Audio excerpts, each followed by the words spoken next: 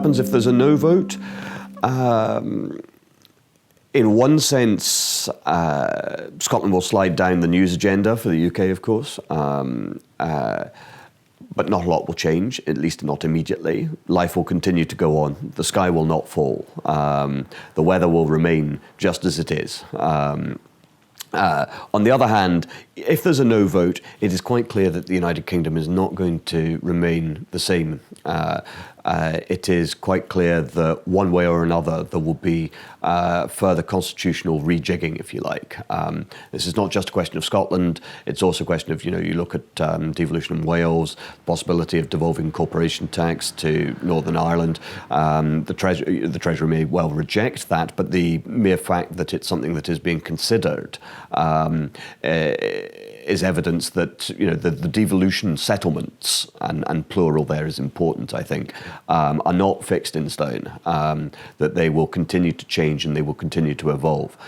Certainly if the Conservatives win the next Westminster general election, there will be a Scotland bill, a new Scotland bill for devolving more powers and implementing Lord Strathclyde's Commission's report.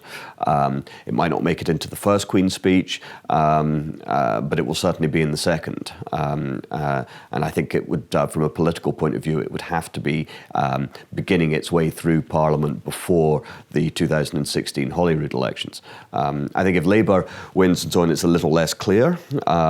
I think Labour's urgency on these matters is more tactical, whereas the Conservatives is more strategic. But nevertheless, there is going to be a continual rethinking of the sort of political apparatus of the British state.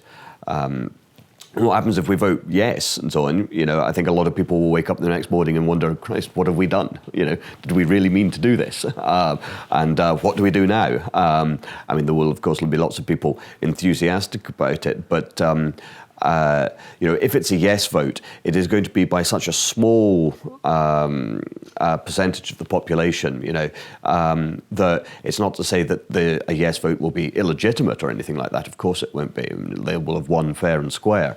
At the same time, if Scotland votes for independence by, say, 51-49, that is hardly an overwhelming mandate for independence, and yet, that is the road down which we will travel. And I think that we will find that it will be an extremely complicated business. That the SNP's timetable for independence of 18 months between the referendum vote and the day of independence and so on is generally considered by most people to be extremely ambitious. Just because of the complexities of unravelling a state that's been in existence for 300 years in a parliamentary sense, 400 in terms of a head of state. And we will discover just how complicated it is and how, the Scottish Government's prospectus for independence understandably ran towards the optimistic end of things. There'll obviously be quite a lot of people and so on who are massively excited and think this is the dawning of a new era. And there will be a lot of people who actually view it all with considerable trepidation and doubt and wondering about the uncertainty that is unleashed. There'll be a certain amount of ambivalence as well, I think, even among some yes supporters, who think, crikey, we've really done it, haven't we? What do we do now? It's like the last line in the political film, The Candidate, starring Robert Redford, as long shot Senate campaign in California, and he wins. And the last line of the film is him turning to his advisors and say, what do we do now? And I think that would be a fair part of the national mood the day after independence is secured too. The people who complain about media bias and so on tend to be the people who feel they're losing in a campaign. What do they mean by media bias? What that tends to mean is the media hold truths or hold opinions with which I disagree, and how dare they? And so, accusations of media bias are usually the preserve of cranks and crackpots and whiners and losers, which is fine. But of course, the newspapers have views, as they should. It would be quite intolerable if they didn't. It seems to me that media bias is something that is unavoidable.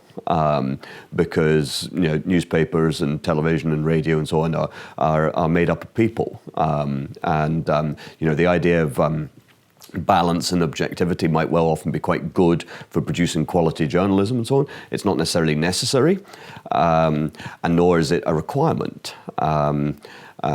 It might also not be sufficient in this day and age, given the difficulties of actually making any money in the newspaper business these days. But so I don't take accusations of media bias terribly seriously and so on, except in as much as they confirm that it's always the side that is behind that levels these accusations and so on, and seeks someone to blame for the fact that they're behind, because again they can't imagine why anyone would disagree with them.